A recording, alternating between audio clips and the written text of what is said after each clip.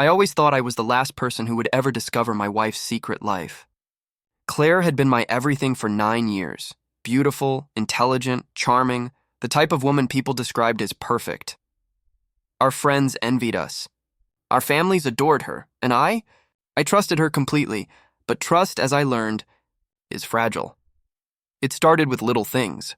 A lingering glance at her phone, a text she hid when I entered the room, a sudden insistence on staying late at work. I convinced myself it was normal, that everyone has secrets, that love sometimes requires blind faith. But I was wrong. One night, when she thought I was asleep, I overheard her phone vibrating in the living room. A message preview flashed across the screen. "Can't wait to see you tonight." The sender's name made my chest tighten. David, a coworker she claimed was just a friend. My stomach turned as I glanced at the timestamp. Midweek. Late at night, I didn't confront her. I didn't call her out immediately. I didn't want to ruin the moment. Instead, I waited, silently, observing, collecting evidence. I opened her phone later, screenshots, messages, photos, timestamps, everything carefully documented. Every interaction painted a vivid picture of betrayal. Every lie she had told me for months, years even, was now undeniable. But anger isn't always enough.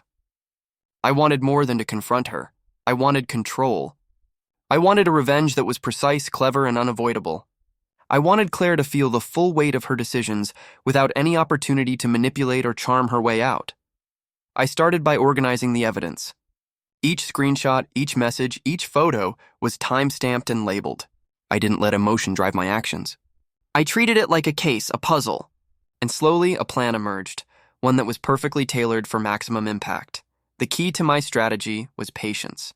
Claire believed I was oblivious. She didn't know I had been reading her emails, noting her movements, and analyzing patterns in her behavior. She never suspected that her late-night meetings, her whispered conversations, and her hidden texts were all being quietly monitored.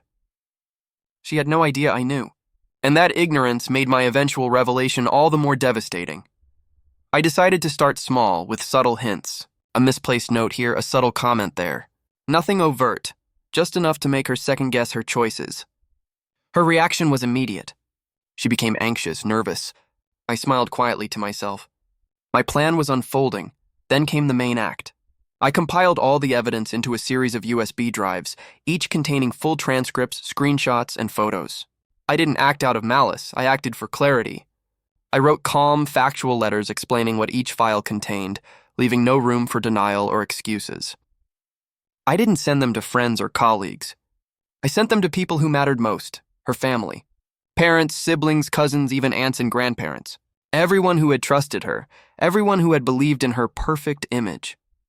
I still remember the day the first package was delivered. I watched from a distance as her mother opened the box. The reaction was instant: shock, confusion, disbelief. Her mother called Claire immediately. Panic and anger rippled across the line. And then I waited, silent, as Claire returned home. She walked in with a small parcel in her hand, confusion etched across her face. "What? What is this?" she asked, voice shaking. I didn't answer. I simply nodded toward the evidence on my desk. The silence was heavy, filled with tension and understanding. She knew she was caught, yet she had no idea how much I knew, or how long I had known. Tears welled in her eyes, but I felt none of the sympathy she might have expected. I had been betrayed, lied to, and manipulated. For the first time in years, I had the upper hand. The fallout was swift. Her father called in anger, her siblings expressed shock, and her cousins demanded explanations. I stayed silent. Let the letters, the boxes, and the evidence speak for themselves. Her carefully curated image of perfection crumbled under the weight of truth. Her affair with David imploded quickly. Once her family confronted her, she had nowhere to hide. His wife, who had no idea until copies of our compiled evidence reached her, left him. He lost his job. Claire faced the reality she had carefully avoided. Betrayal has consequences, immediate and unavoidable. I watched quietly as chaos unfolded around her. She screamed at me for ruining her life. I reminded her calmly that she had already done that herself. I hadn't orchestrated her downfall. I had merely ensured the truth reached everyone who mattered. The divorce was bitter but straightforward. Her lawyers attempted to frame me as vengeful, but the evidence spoke louder than any argument.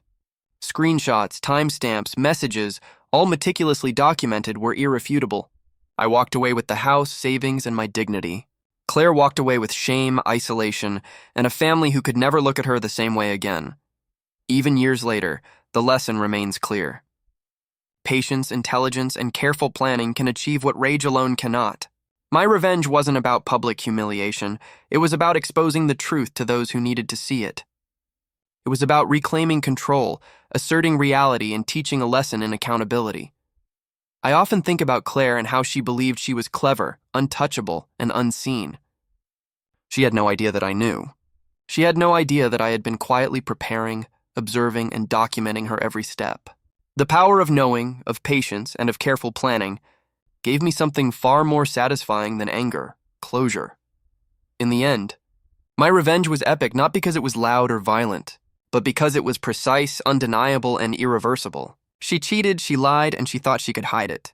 I revealed it, carefully, methodically, and to everyone who mattered. And in that revelation, I found not only justice, but peace.